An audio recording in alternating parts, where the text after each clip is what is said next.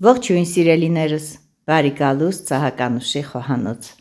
անչափ ուրախ եմ ձեզ տեսնել իմ այս փոքրիկ անկյունում։ Ինչպես տեսնում եք, այսօր թխելու ենք թխվածքաբլիթներ, շատ հետաքրքիր թխվածքաբլիթ է, հետաքրքիր բաղադրիչով, որը ընթացքում դուք կտեսնեք, իսկ փխրունության և համի մասին խոսք չկա։ Ահա այն բաղադրիչները, որոնք անհրաժեշտ են այս համեղ թխվածքաբլիթը պատրաստելու համար. կարագ, ալյուր, շաքարի փոշի, աղացած ընկույզ, բուսայուղ, նուշ, նշի թեփուկներ, վանիլին, աղ և փխրեցուցիչ։ Ահա այս ամենը, ինչ մեզ պետք է այս համեղությունը պատրաստելու համար։ Այժմ նշի թեփուկները ես բովելու եմ։ Կբովենք մի թեթև մինչև ոսկեգույն դառնալը 3-4 րոպե, սա կախված է արդեն թե դուք ինչ ջերմաստիճանի տակ եք բովելու։ Տեսեք ինչպիսի գեղեցիկ տեսք ստացավ, այսքանը բավական է, այժմ կդատարկենք, կթողնենք հովանա։ Իսկ հիմա հերթը հասավ ալյուրին, վերցրենք ընդամենը 300 գրամ ալյուր, որից 5 ճաշի գդալը, լիքը ճաշի գդալ պիտի բովենք։ Բովելու ենք մինչև կարամելային թեթև երանգ ստանա, շատ չենք թողնելու մքվի, համեմատությունը կանենք։ Նշի թեփուկները արդեն հովացել են, դնում ենք մի կողմ, իսկ այժմ տեսեք, թե ինչպիսի տեսք ունի մեր բոված ալյուրը։ Տեսեք, աջ կողմից սպիտակ սովորական ալյուրն է, իսկ ձախ կողմում արդեն բոված ալյուրը կարամելային երանգով։ Սկսենք խմորի պատրաստումը։ Խմորը սկսում ենք պատրաստել կարագից։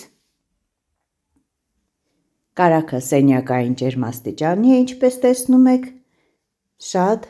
փափուկ, սա պարտադիր պայման է։ Ավելացնում եմ շաքարի փոշին, 150 գրամ կարագին ավելացնելու եմ 150 գրամ շաքարի փոշի։ Լավ խառնում եմ այնքան, մինչև որ դառնա կրեմային զանգված։ Ավելացնում եմ աղը, վանիլինը և շարունակում եմ նորից խառնել։ Ստացվելու է շատ գեղեցիկ, համասեռ մի զանգված։ Աշխատում ենք ինչքան հնարավոր է թիակով խառնել, ձեռքով չենք խառնում, որովհետև երևի թե արդեն գիտեք, որ կարագային զանգվածները ձեռքից ջերմաստիճանը ավելի են կլանում և շատ ալյուր են վերցնում։ Ավելացնում եմ 3 ճաշի գդալ աղացած ընկույզը և 3 ճաշի գդալ բուսայուղ։ Սա նույնպես լավ խառնում եմ։ Նորից դառնում է կրեմանման մի զանգված։ Ահա այսպիսի տեսք ունի, որից հետո արդեն սկսում եմ քիչ-քիչ ավելացնել ալյուրը։ Նախ ավելացնում եմ բոված ալյուրը, լավ խառնում եմ, մինչև ամբողջ ալյուրը ներծծվի այս կարագային գեղեցիկ և համեղ զանգվածի մեջ։ Ահա այսպիսի տեսք ունեցավ, հիմա պիտի արդեն ավելացնենք սովորական ալյուրը։ Ավելացնում եմ փխրեցուցիչը 1.5 թեյ գդալ, մի փոքր խառնում եմ ալյուրին և սկսում եմ արդեն ալյուրը ավելացնել մնացած զանգվածի վրա։ Քիչ-քիչ ենք ավելացնում ալյուրը, դուք ինքներդ կարող եք կարգավորել։ Ամբողջ ալյուրը միանգամից պետք չի ավելացնել, որովհետև կան կարագի խտությունը, այստեղ կարող է դեր կատարել ալյուրի որակը, ալյուրի տեսակը, դրա համար 2-3 ճաշի գդալի չափ թողնում եք, հետո աստիճանաբար ավելացնելու։ Ես միանգամից եմ ավելացնում, որովհետև արդեն փորձված բաղադրատոմս է և փոփոխության չեմ ուզում ենթարկել։ Այժմ նշի թեփուկները այսպես մի փոքր կոտրելով ձեռքի մեջ ավելացնում եմ։ Եթե ունեք ամբողջական նուշ, նույնպես կարող եք բովել, մանր կտրատել և ավելացնել այս համեղ խմորի զանգվածին։ Կարող եք ուրիշ ընկուզեղեն օգտագործել, արդեն սա ձեր հնարավորությունների և ճաշակի հարցն է, ինչպես ձեր քիմքին հարմար է։ Տեսեք ինչ հետաքրքիր փխրուն խմոր է ստացվել։ Այսպես էլ պիտի լինի։ Թողնում ենք մի 10 րոպե հանգստանա խմորը, այսպես ասած համերը խառնվեն իրար, որից հետո կսկսենք պատրաստել արդեն թխվածքա բլիթները։ 20 րոպե անցավ և ես արդեն սկսում եմ պատրաստել թխվածքա բլիթները։ Վերցրել եմ պաղպաղակի համար նախատեսված այս գդալը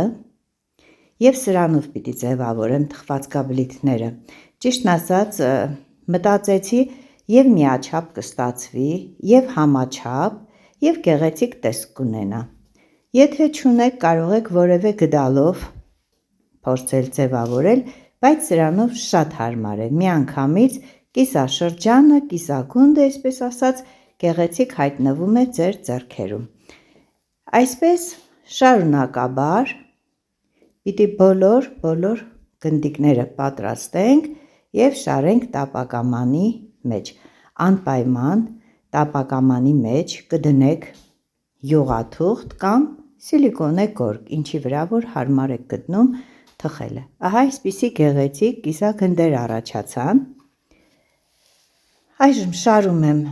թավայի մեջ 2 մատ հեռավորության վրա, որովհետև այս ձևը, կիսագնդերը սիմվոլիկ տեսք ունեն, թխվելուց ինքը սկսելու է